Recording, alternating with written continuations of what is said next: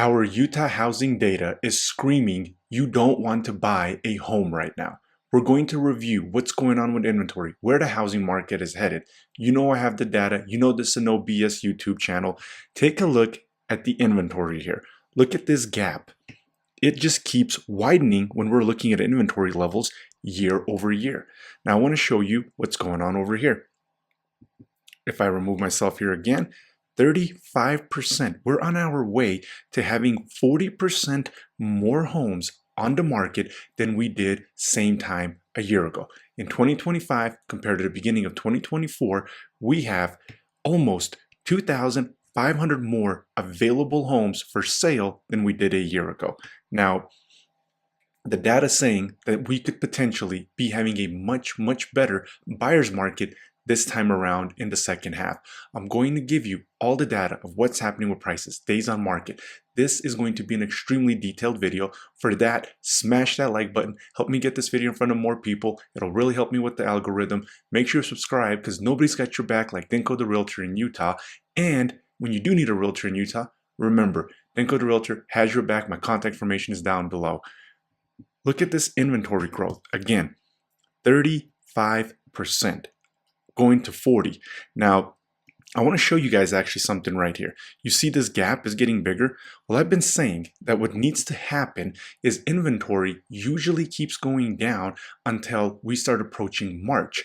Well, that hasn't been the case. And I want to actually pull up a more compressed version. So let me actually remove myself. That way we're all on the same page here. Okay, look at this gap increasing. Now, if I pull up a more condensed version, you see that the gap is actually wider. You see how it's trickling downwards, and this is trickling upwards. Now, if I do an even more compressed to show you what's going on, this is what I've been saying right here. You see that?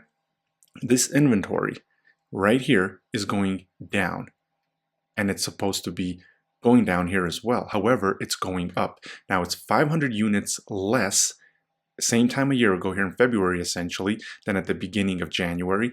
But look at this, we're essentially 500 units more than we were. Now 500 units isn't a big deal, but 500 plus 500 is 1,000.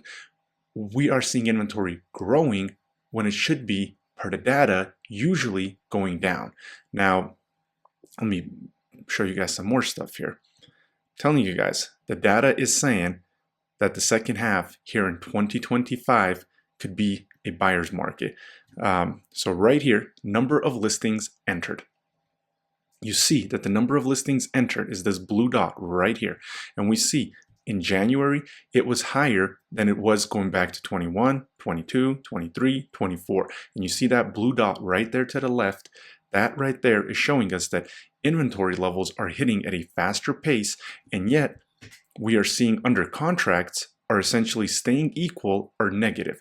Now, under contracts are going to continue rising into the 4,000s because here comes spring and summer. However, inventory is also going to start hitting at faster rate, at a bigger pace. So we're going to see inventory levels starting to approach 5,000 units, 5,000 plus, maybe even 6,000 units. Sometimes we've had that happen in a month where we see, 6,000 new homes being listed.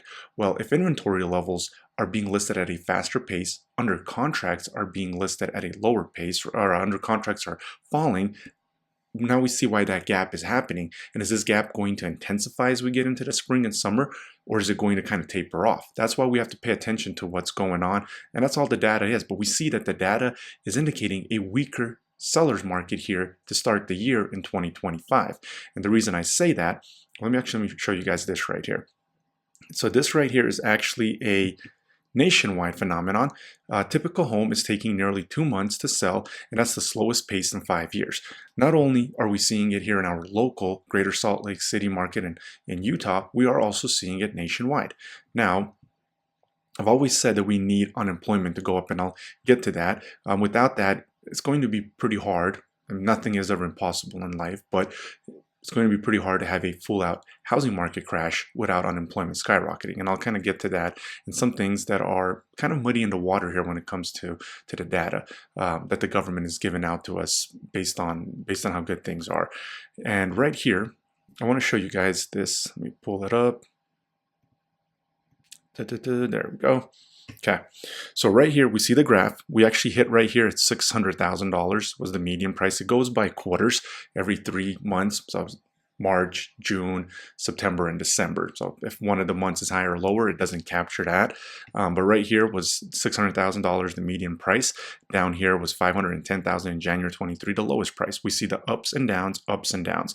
And this right here, this 565 was actually 555, 557. So I'm not sure why they don't have that updated in the graph. And we see that here that is December.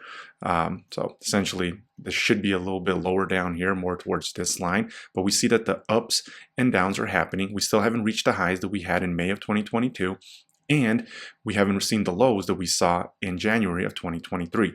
However, with this inventory, could it be different? Could we see the second half maybe resembling what we saw here in the second half of 2022 with bigger price drops, because inventory was essentially growing much quicker year over year in the second half of 22. That's why we saw that. Homes are taking much longer to sell, which is happening now nationwide and here locally. And I want to show you guys some preliminary data. So this is actually important.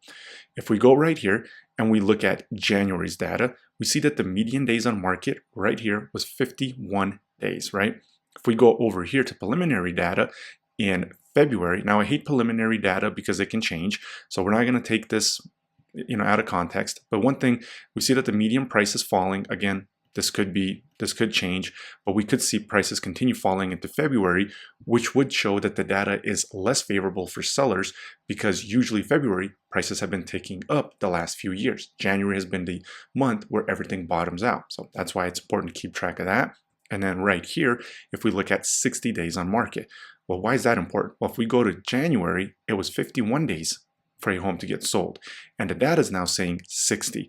And the reason that's important is if we go over here, we see that right, this is comparing 22, 23, same thing happened in 24, but look what happens in January and February. I'm blocking that.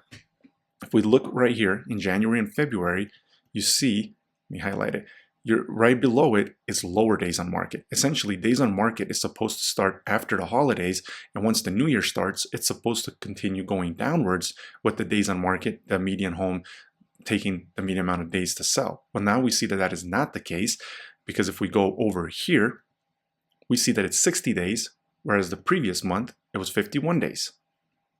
So that is something to keep an eye out on, because if it's taking longer to sell and we don't see days on market dropping down into those 20s or the teens of taking, then that means that seller's market again is probably going to be shorter. And I've been saying that I do think it's going to be shorter lived. I've been telling sellers, put your house on the market ASAP, and buyers that you're probably going to have much more to choose from come July and the second half of the year. July is probably going to be where you're going to have a ton of inventory, a ton of homes that probably fit what you're looking for. And then, hey, you wait as long as you want. I'm going to be here. I'm going to keep providing the data whenever you feel like the right time is for you.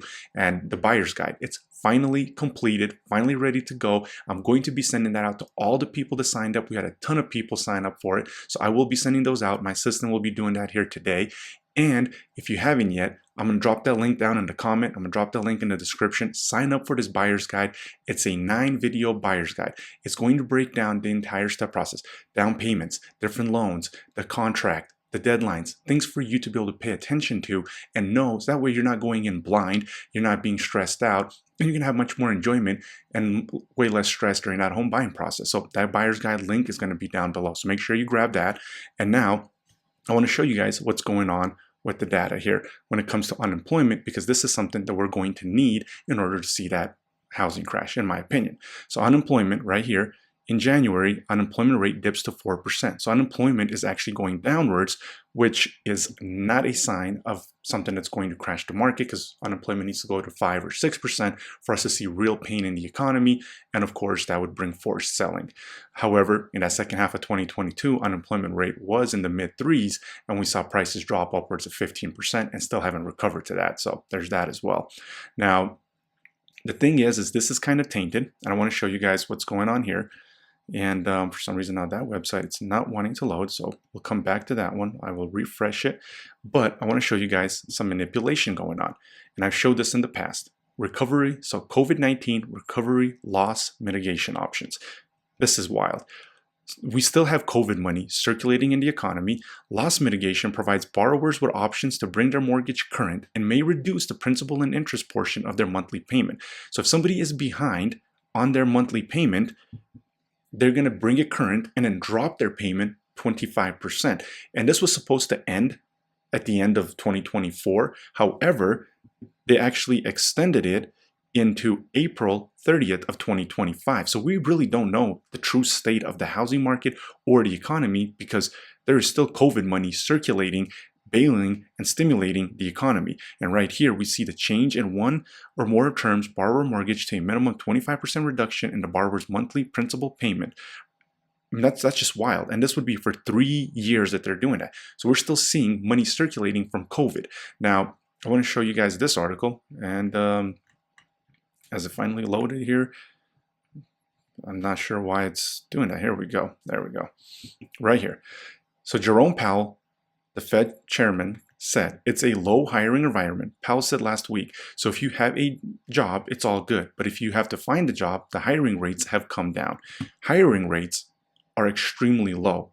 People that need to find a job or a new job are having a very difficult time. And he's saying, if we were to have a spike in layoffs, he continued, if companies were to start reducing headcount, you would see unemployment go up pretty quickly because the hiring rate is quite low.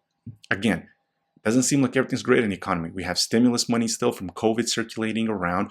We see that the days on market is going up. We see that prices are coming down. We see that it's happening nationwide as well here locally in our Utah housing market. And you know, Denko the Realtor has your back. If you haven't, grab that guy down below. If you haven't smashed the like button, do that for me and subscribe because these videos are going to keep coming and nobody has your back in Utah like Denko the Realtor.